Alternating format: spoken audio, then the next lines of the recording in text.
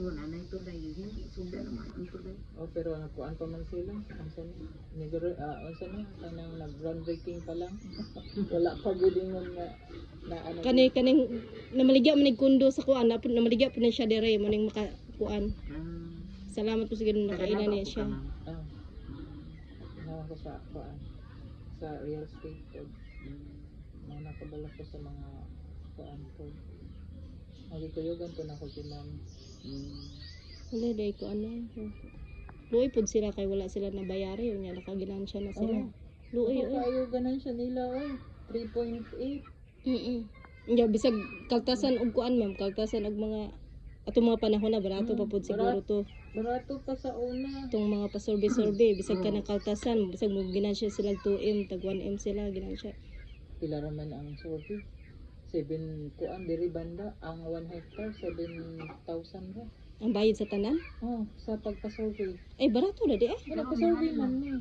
Per kuan per lot dali na 9,000. Yan lahi pa ng ang splitting. Naman ni kadtong nag-ambot lang kung nag-increase siya kay ang amo per kuan man. Sa bagay per ano Pero siya. kaya 9,000 dali ra. Dili magtagpat ka bulan, tulo ka bulan. Dali ra. Dali ra nga kuan. Wala ra gyud nagtanong unong ka bulan amo lusot dali. Atong amo 7,000 lang. Bisan sa farm na mo siya mangyapon ang nagkuan. Mo survey pud siya diri ma'am. Survey siya diri. Pero wala pa ko kakuan kung nag-invest siya o kuan kay 2 years ago.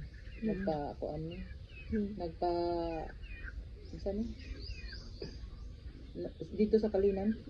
Amo ang gipa-survey 7,000 ra. O katong yuta nako sa pangi. Bawat sa bagay, bawat ano sila.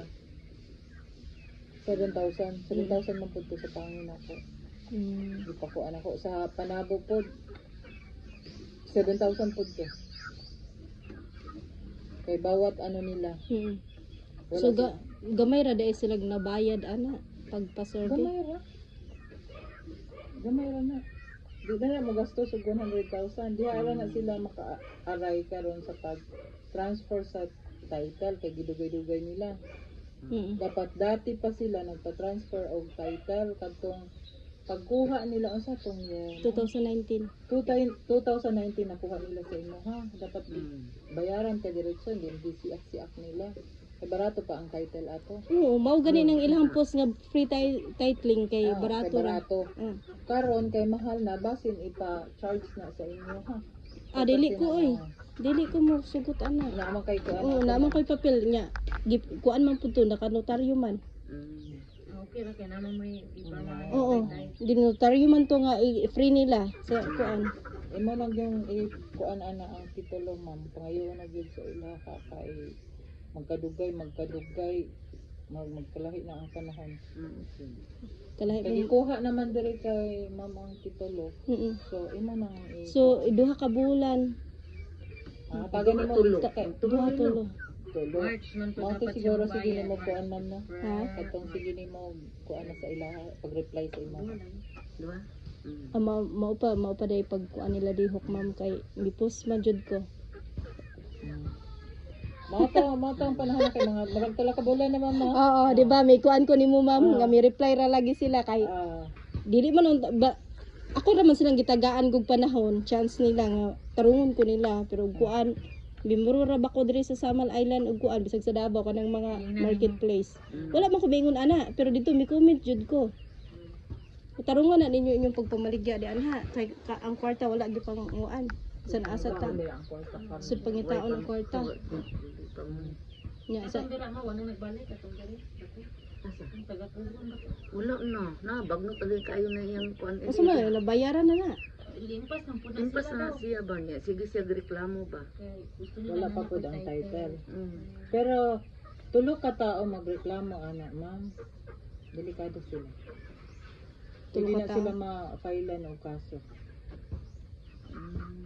Diretso mag-court, tulo mo kabuok. Diretso na sila adto. Pero pwede makana sila i-adto sa DSH. They should.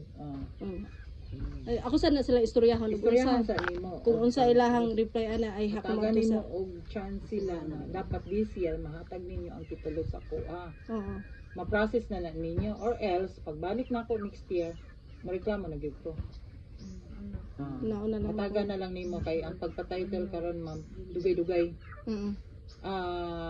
Pinakakuan nila karon dati katong ako ang titulo ning gawas 3 months pero katong bag-o karon dugay-dugay na po daw abot og 6 months ana. So mataga na lang nimo sila gingana